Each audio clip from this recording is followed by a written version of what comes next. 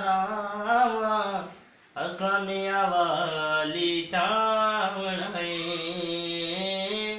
लमिया रावा असा मियाँ वाली चावड़े रुसाद ठोला मिन्नता नाल मनावड़े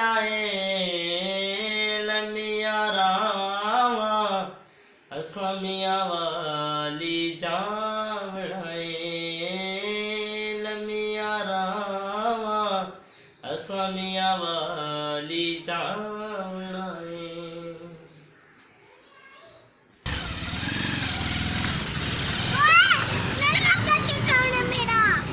साबर अशके वाला फिर ताड़ी खिदमत में हाजिर है। सानू भी थोड़ी सपोर्ट करो कि असा तुहाडी दुनिया दे हाजिर हो सकी।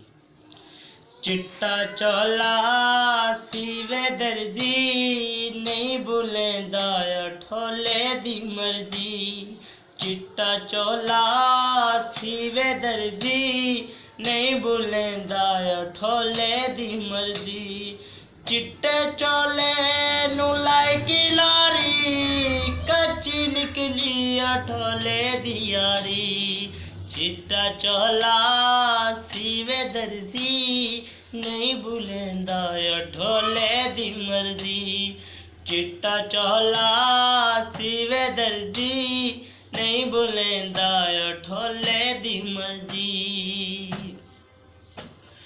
चिट्टा चोला मैं सांभ रखसा कहते ठोला मैं तेरी तांग रखसा चिट्टा चोला मैं सांभ रखसा कहते ठोला मैं तेरी तांग रखसा चिट्टा चोला सीवे दर्जी नहीं भुलेंदा ठोले दी मर्जी चिट्टा चोला सीवे दर्जी नहीं भुलेंदा ठोले दी मर्जी नहीं भुलेंदा ठोले दी मर्जी नहीं भुलेंदा ठोले दी मर्जी।